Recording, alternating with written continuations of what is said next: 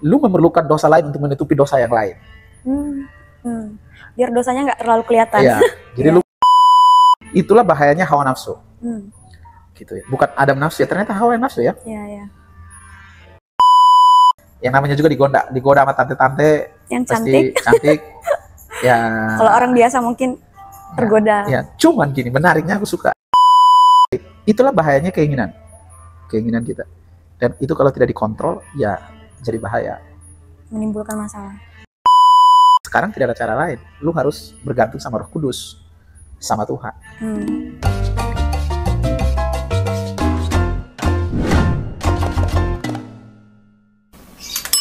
Ingat gitu ya. Salah satu contoh di Alkitab yang menarik itu Yusuf.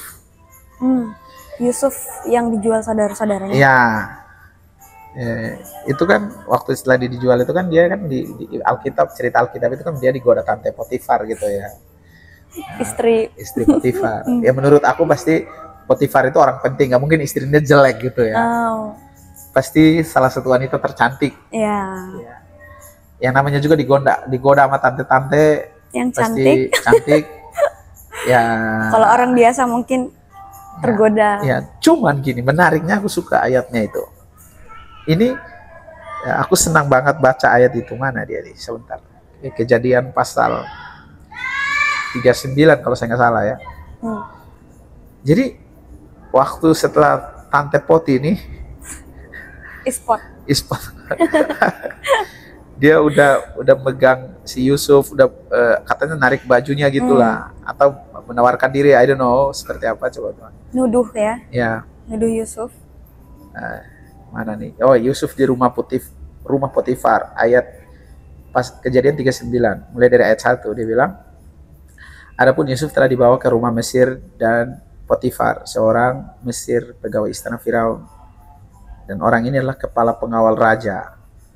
Jadi orang ini beli Yusuf dari tangan orang Ismail. Nah, terus mana terus nih? Oh ini ayat 6 bagian berapa nih? B kayaknya nih, B. Adapun Yusuf itu manis sikapnya dan elok parasnya. Udah manis, elok lagi. Berarti dia ganteng lah kalau dibilang zaman gitu sekarang kan. Ya kata orang-orang kami 11-12 gitu. Pahit ya kopinya ya.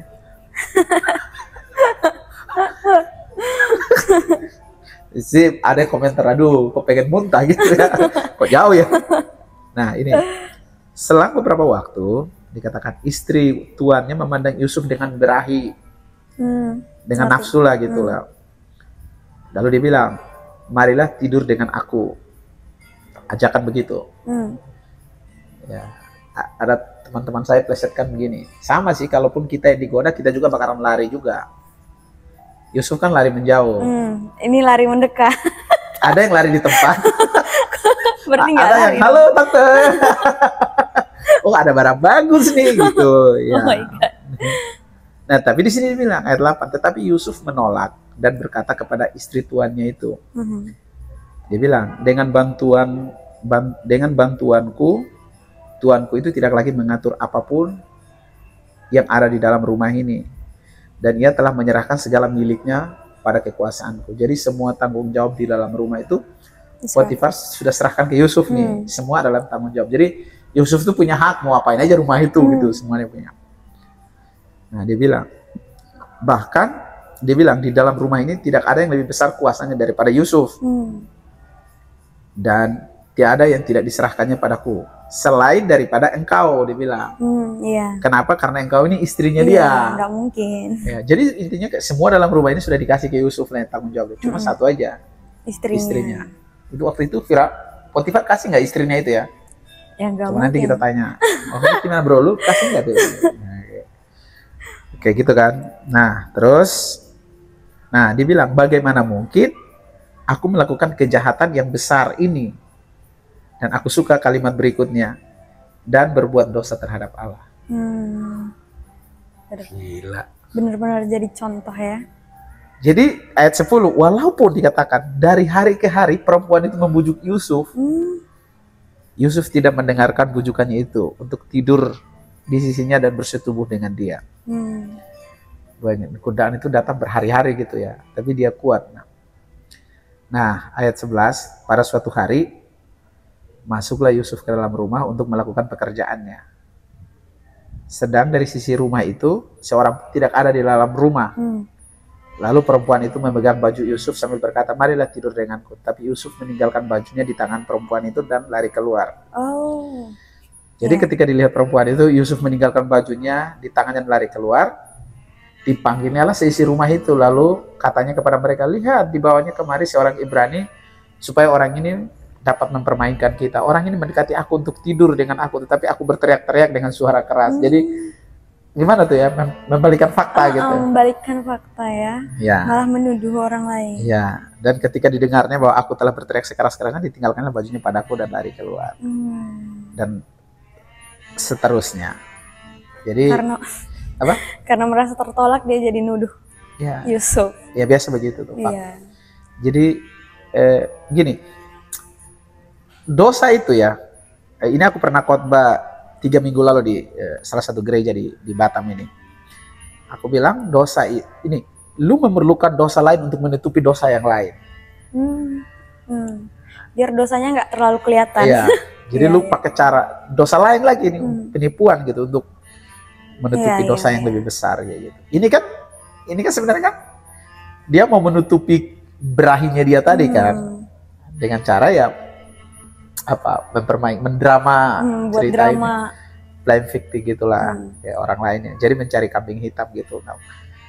Nah itu bahayanya kalau kita nggak bisa. Itulah bahayanya hawa nafsu. Gitu ya. Bukan Adam nafsu ya, ternyata hawa nafsu ya. Iya. Kemana Bu? Hawa kan perempuan ya. It's a jokes. Tapi gini, itulah bahayanya keinginan kita. Dan itu kalau tidak dikontrol ya jadi bahaya, menimbulkan masalah.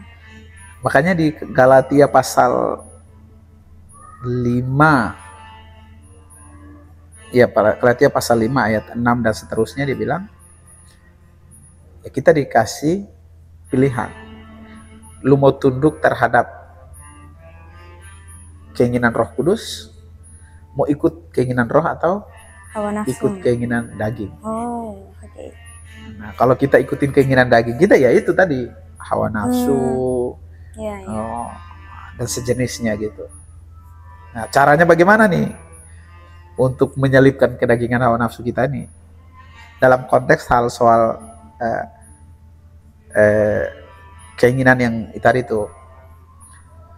Ya selain yang 2 yang kemarin kita sebutkan, 1 sabar, 1 menikah, ya sekarang tidak ada cara lain. Lu harus bergantung sama Roh Kudus, sama Tuhan. Kayak Yusuf dia bilang, ya secara manusia bisa aja gue mau lakukan, tapi kan masa aku mau berdosa sama Tuhan? Itu tuh, itu gila sih. Ya makanya kayaknya orang-orang yang pacaran ya, kalau ini diingatkan dengan baik, jadi edukasi ya buat mereka. Ya itu sih. Jadi aku kemarin itu ya, kita mau podcast ini setelah aku lagi riset ini kan, gue pikir baca-baca Alkitab. Ternyata ya di Alkitab pun ya dijelaskan soal contoh-contoh kayak gini. Soal itu. Jadi ya saya kira seperti itu Bu.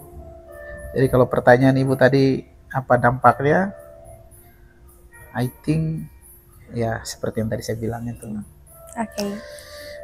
Tapi by the way buat teman-teman yang punya contoh kasus yang mau melengkapi dari 4 yang tadi kita sudah sebutkan, tulis aja di kolom komentar.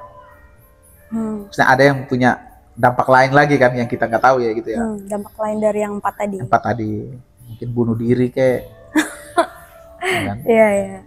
Lompat ke di jembatan Barelang gitu. Tapi kan ya kita nggak tahu lah. Ya seperti itu sih guys. Jadi dukung terus channel kami. Apa lagi mau kita bahas nih? Apa ya? By the way kok Anda beli roti ini kok tidak dimakan? ini makanlah. Kan kalau aku memang nggak makan roti karena memang makananku bukan. Ya. Lanjut Om, bukan? Ya, bukan dari roti saja, tapi dari nasi juga. Ya. Dari kopi juga. Ya, oh, jelas lah Bu. Kopi itu salah satu minuman apa? Favorit. Favorit. Favorit. Jadi kalau orang datang minta kopi, kasih kopi, jangan kasih rasa. Rasa apa nih? Emang rasa apa? Rasa kopinya atau rasa yang lain? Emang ada rasa yang lain? Ada, kalau Apa? rasa cinta. Pernah gitu? Punya pengalaman semacam itu? Gimana? Kasih orang minta kopi, tapi Anda kasih rasa cinta. Ya enggak lah. Kok bisa tahu? Maksudnya, kalau aku merasa nggak pernah melakukannya, Tapi kok Anda bisa tahu?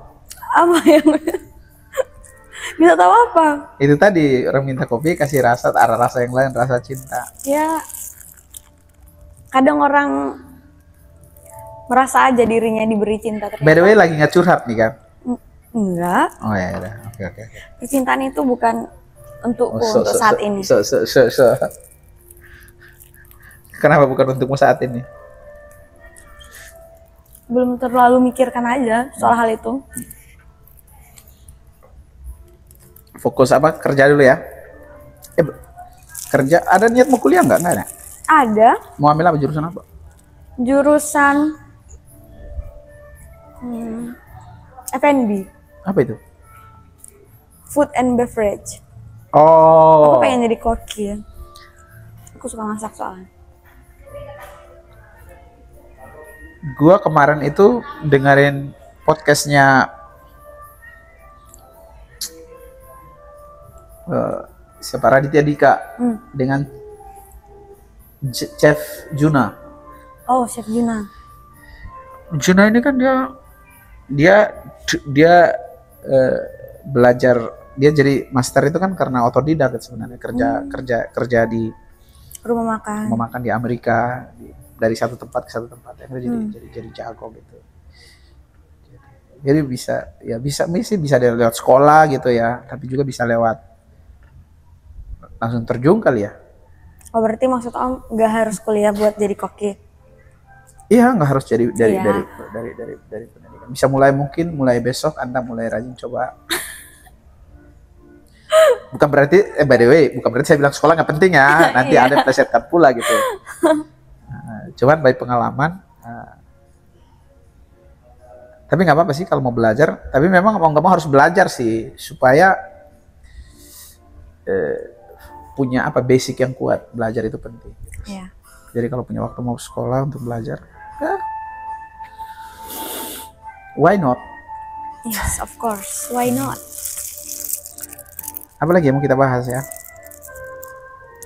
Please don't ask me. Hah? Kenapa? Please apa? Please don't ask me. Please don't asking me that question. Aku punya pertanyaan. What you do Bisa. when you don't know what you do? I don't know. Gimana pertanyaannya? Apa yang akan kamu lakukan ketika kamu tidak tahu apa yang harus kamu lakukan? Daydreaming. Gimana tuh? Coba. Daydreaming tuh ya berhayal soal ya mungkin masa depan atau cita-cita atau keinginan kita. Itu aja. Apa keinginan yang sering dihayalkan oleh seorang Ruth? Keinginanku itu ya banyak ya, cuma salah satunya aja ya pengen buka rumah makan mimian gitu lah. Terlalu banyak nonton drakor kayak dia. Kok drakor sih? Sorry. Nggak apa-apa. Biarin aja. Oh gitu. Mungkin juga Ramen. yang lain aja. Kalau itu kayaknya Kenapa? mungkin yang kupikirkan itu juga jodohku. Jodohku. Apa benar dia dari Jepang? Atau dari Dari atau dari Rusia? Rusia. Yes. What? Rusia tuh Mancung-mancung. negara yang Negara apa terbesar? Negara yang apa? no. Aku takut aku ditembak orang Rusia. Kok Bercanda. Oke. Itu sering dihayalkan. kalau Om sendiri gimana? Apanya? Masih ada cita-cita atau impian atau yang sering dihayalkan? Keinginan tertentu? Pasti. Apa tuh?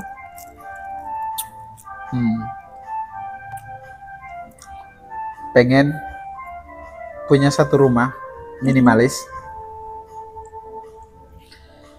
Di situ punya buku-buku, punya kedai kopi, Wow. terus punya tempat untuk podcast. Ya, kayak mungkin dia kayak posisinya kayak sekitar sini bagus nih, maksudnya persis kayak ada air gitu, ada pohon-pohon kayak gitu. Kalau dibayangkan memang tempat yang bakalan nyaman sih. Iya, aku butuh itu. Dan itu jadi terus terasnya ada halaman yang luas, kayak bisa bikin acara-acara yang tidak begitu banyak orang. Mungkin batasin 50 orang atau 20 orang yang ikut semacam seminar gitu, talk show gitu. Ya lebih kepada edukasi-edukasi gitu sih. Kayak Indonesia itu yang punya itu ada satu yang aku lihat tuh Profesor Renal Kasali ya.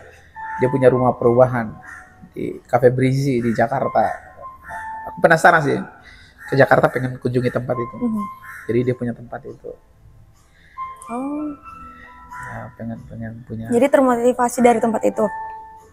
Atau bukan? Enggak. Sama aja. Awalnya udah lebih dahulu punya. Cuman Tapi lihat waktu sama. dengar dia Sama punya itu, aduh kok dia bisa kan.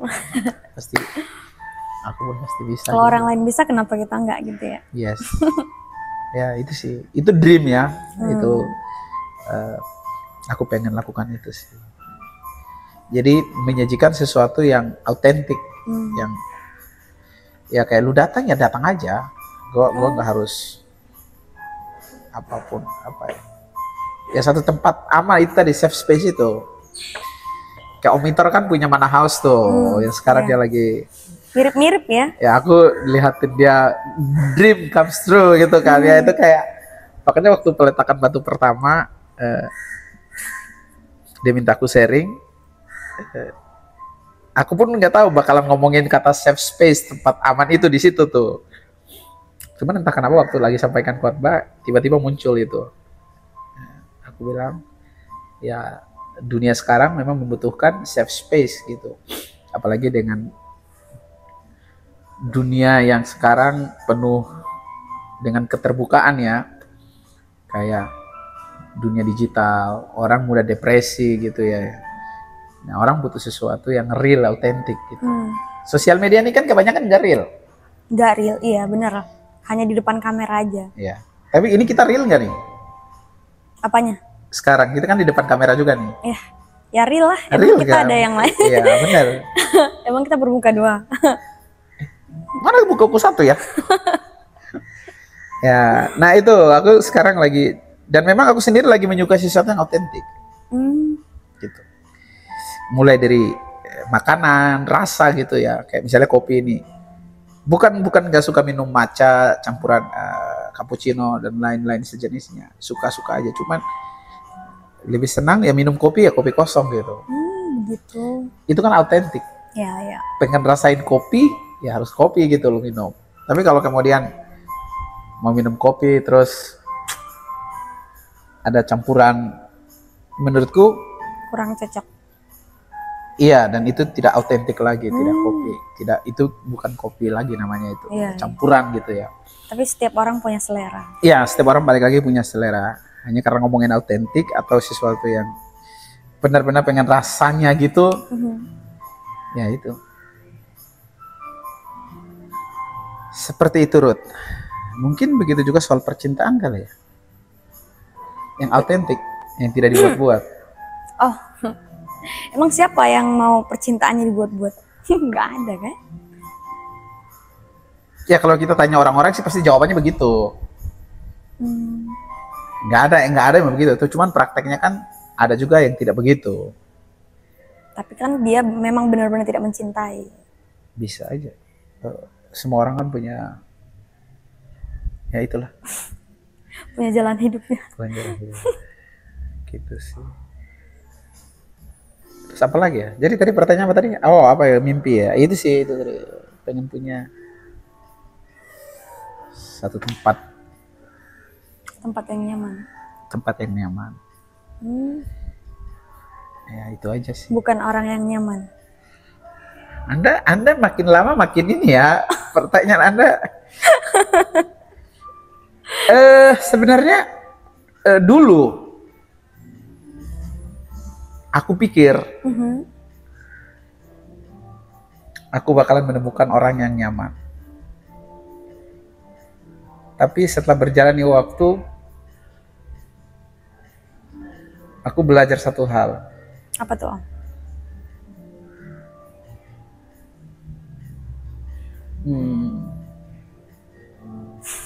Aku harus belajar untuk menjadi orang yang pertama-tama nyaman dulu.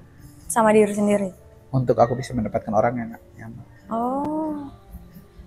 Kalau aku datang dengan posisi aku mencari orang yang aman. Yang nyaman. Dan ketika kami punya hubungan dan berjalannya waktu, dia tidak nyaman lagi. Nah, apakah ada kemungkinan untuk aku cari orang aman yang lain? Pasti akan ada kemungkinan. Oh iya. Pasti. Tapi di sini aku belajar untuk ada orang nyaman di mana, pasti ada lah. Cuman aku tidak pengen kasih persyaratan itu ke orang lain. Aku mau taruh ke diriku. Ketika aku aman, menjadi orang yang aman, nyaman, pasti orang yang dekat pun kan aman dan nyaman. Begitu ya. Dan akhirnya atmosfer yang kita create, rumah yang tadi itu jadi aman benar-benar gitu. Karena bukan hanya rumah, orangnya juga penting kan. Iya, jadi aman gitu. Jadi ya itu sih.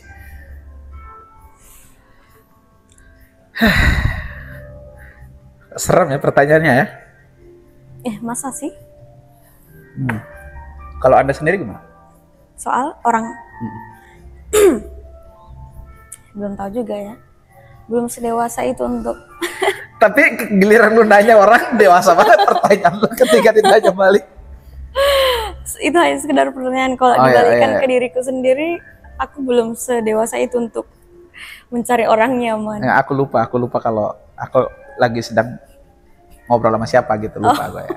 Harusnya aku udah ingat dari awal gitu ya. Oke, siap salah bos. Apa lagi yang mau dibahas? Cuman gini, selain itu tadi, yang paling penting adalah kalaupun ada persyaratan yang harus terpaksa aku tempelkan kepada diri seseorang,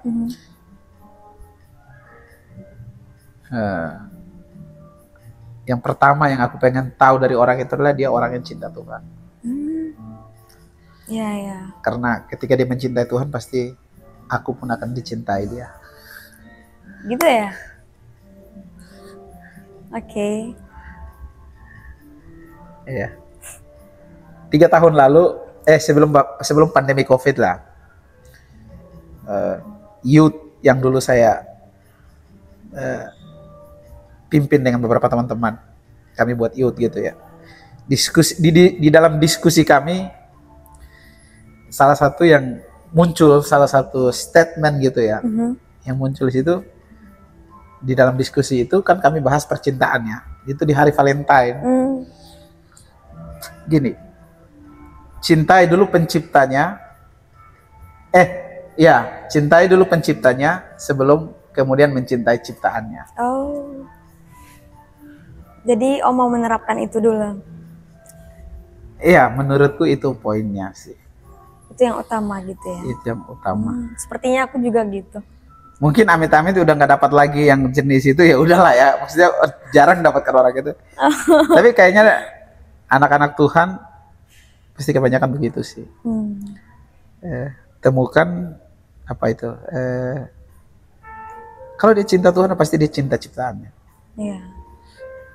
Markus berapa itu? 12 ya. Kasihilah Tuhan Allahmu kan. Orang yang mencintai lebih dahulu mencintai Tuhan, ya dia pasti cintai dirinya sendiri dan juga mencintai orang lain. Jadi akhirnya aku dapatin sesuatu insight gitu ya. Gini. Lu pengen tahu siapa lu sebenarnya? Pribadi yang harus lu kenal lebih dahulu adalah Tuhan. Pencipta kita. Ya. Karena Alkitab bilang kita ini kan diciptakan menurut gambar dan rupanya dia. Iya, benar-benar. Ketika lu udah kenal dia, siapa dia, seperti apa karakternya, sifatnya, kesabarannya, kemurahan hatinya gitu ya.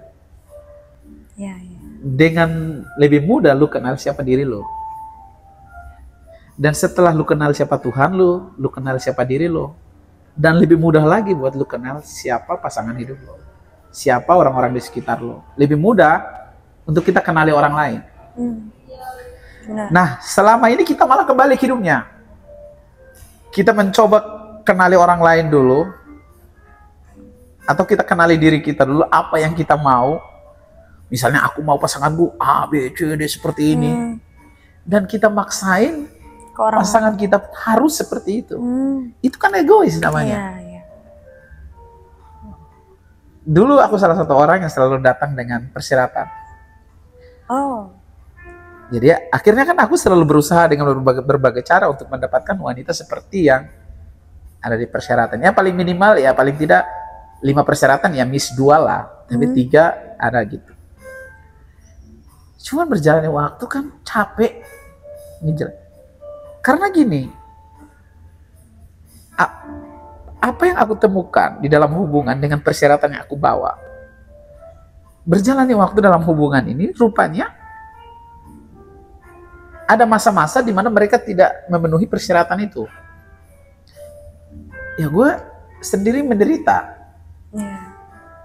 Nah, aku sebenarnya sedang memuaskan keinginanku sendiri gitu. Tapi pada akhirnya aku belajar bahwa kayaknya something wrong gitu ya, dalam pemikiranku. Aku harus rubah mindset. Menderita karena ekspektasi sendiri dengan persyaratan yang kita buat tadi itu. Tak.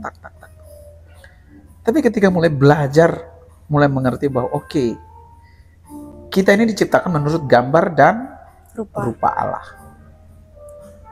Nah, siapa Allah itu? Itu harus kita cari tahu. Dan Alkitab, puji Tuhan, dikasih tahu siapa Allah itu. Allah itu begini kan. Setelah itu, di dalam Alkitab juga kita diberitahu untuk apa kita ini diciptakan, dibuat gitu tujuan. Nah dari mulai gitu ya, aku akhirnya mulai dan beberapa hal yang aku mulai rubah di kepala aku gitu soal bagaimana nanti akan membangun hubungan gitu. Itu sih lebih kayak arah itu.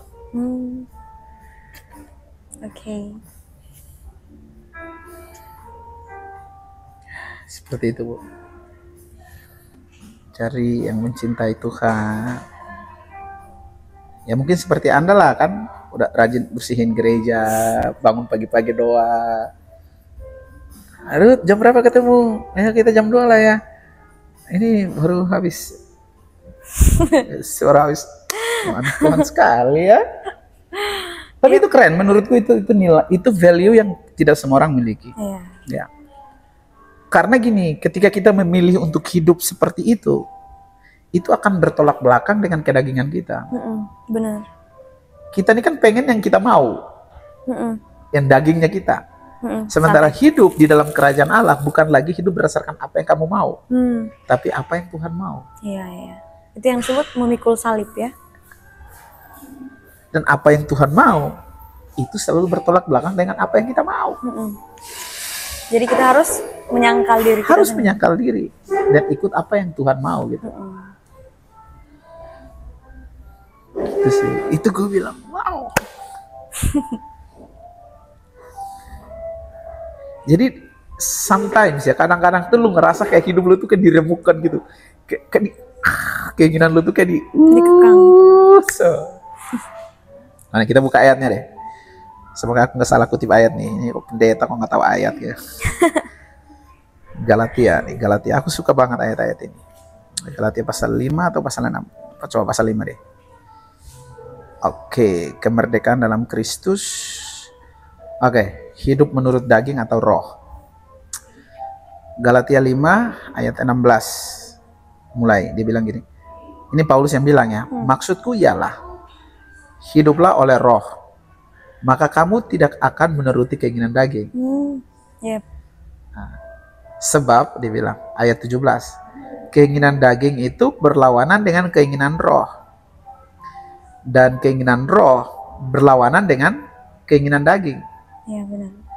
Karena keduanya bertentangan, sehingga setiap kali tidak melakukan apa yang kamu, sehingga kamu setiap kali tidak melakukan apa yang kamu kehendaki.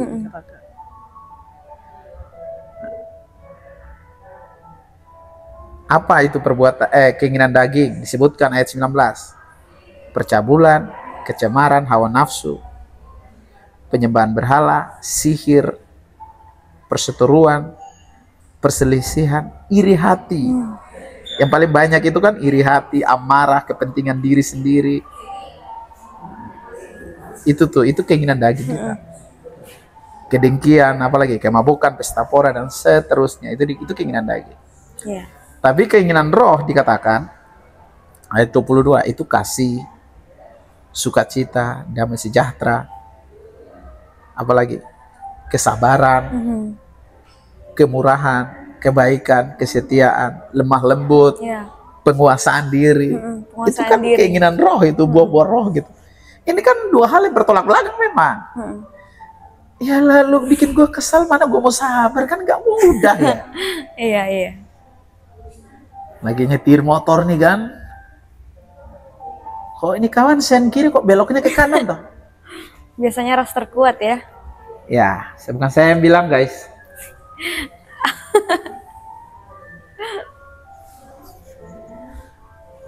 Ada pesan-pesan untuk sesama ras terkuat mungkin supaya enggak ada, soalnya aku nggak merasa sebagai ras terkuat. Guys, kalian bisa menyimpulkan sendiri lah ya. Oke, ya jadi itu seperti itu gitu. Nah, ayat 24 dia bilang, barang siapa menjadi milik Kristus, ia telah menyalibkan daging dengan segala hawa nafsu dan keinginannya. Dan ayat 25, jikalau kita hidup oleh roh, baiklah hidup kita juga dipimpin oleh roh. Dan jangan kita gila hormat. Janganlah kita saling menentang dan saling mendengki. Benar. Itu keren banget.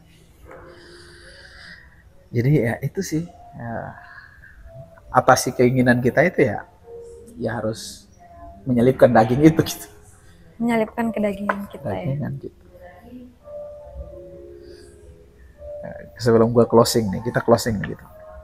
Gue pengen Ruth, punya Alkitab nggak? Coba di buka, rumah. coba buka. Punya dong, anak tuh kan ya namanya aja Ruth gitu. Coba Korintus 13 ayat 4 gitu. Bu, minum dulu.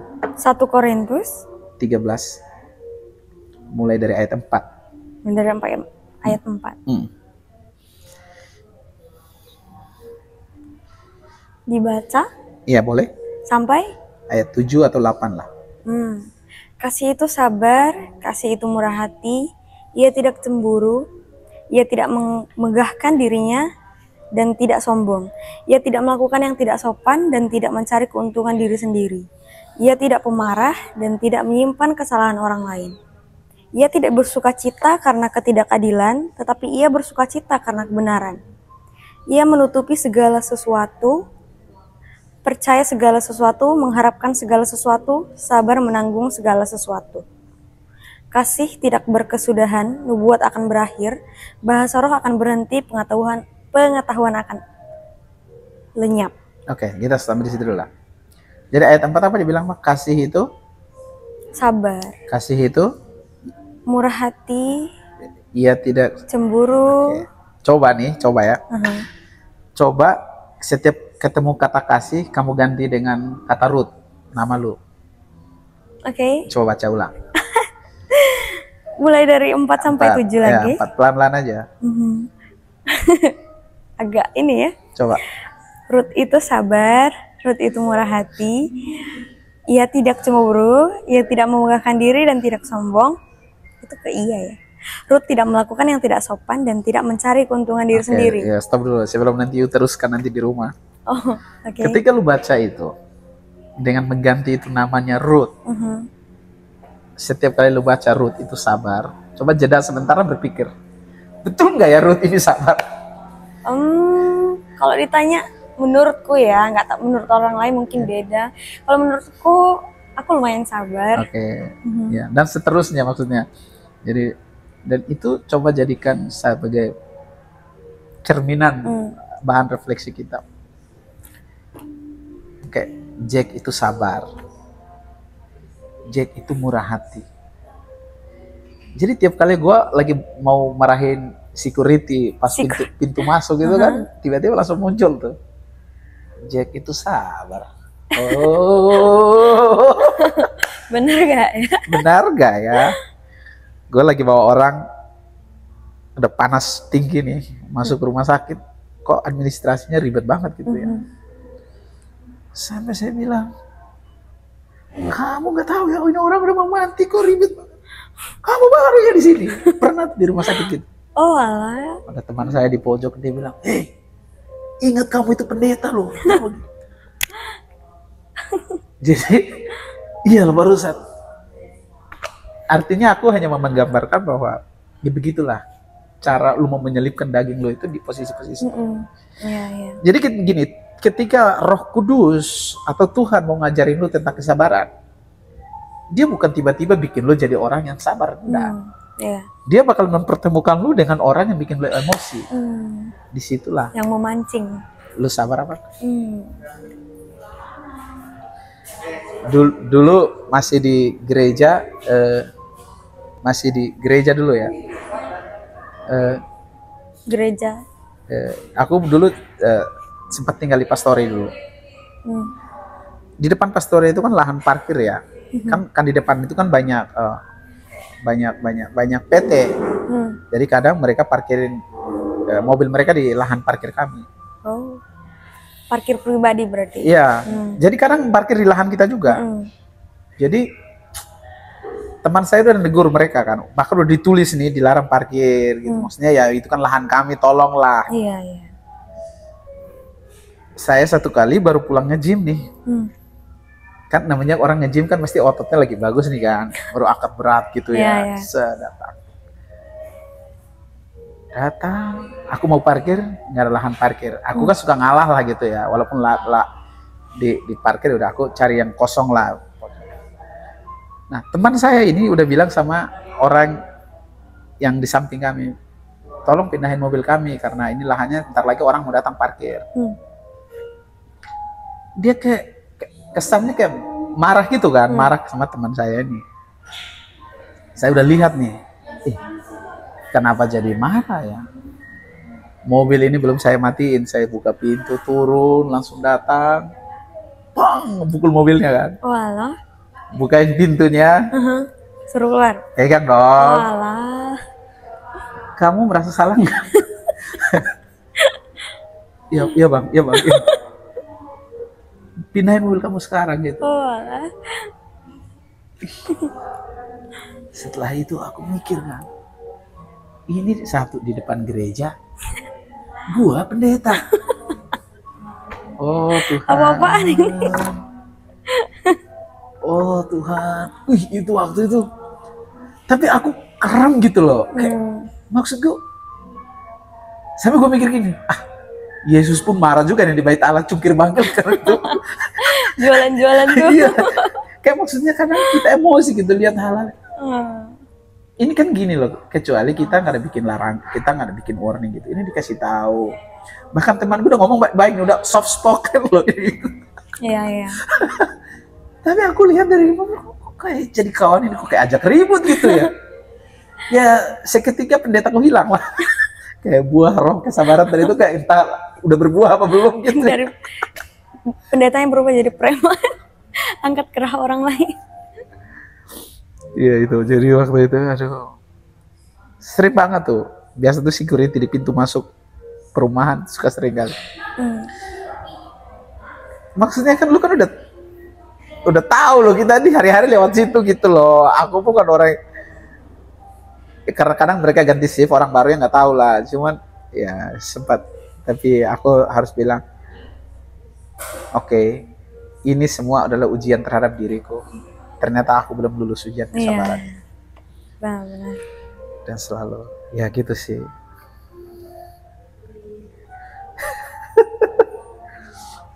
Oke, sebelum kita closing, andalah apa pesan-pesan? Pesan-pesan.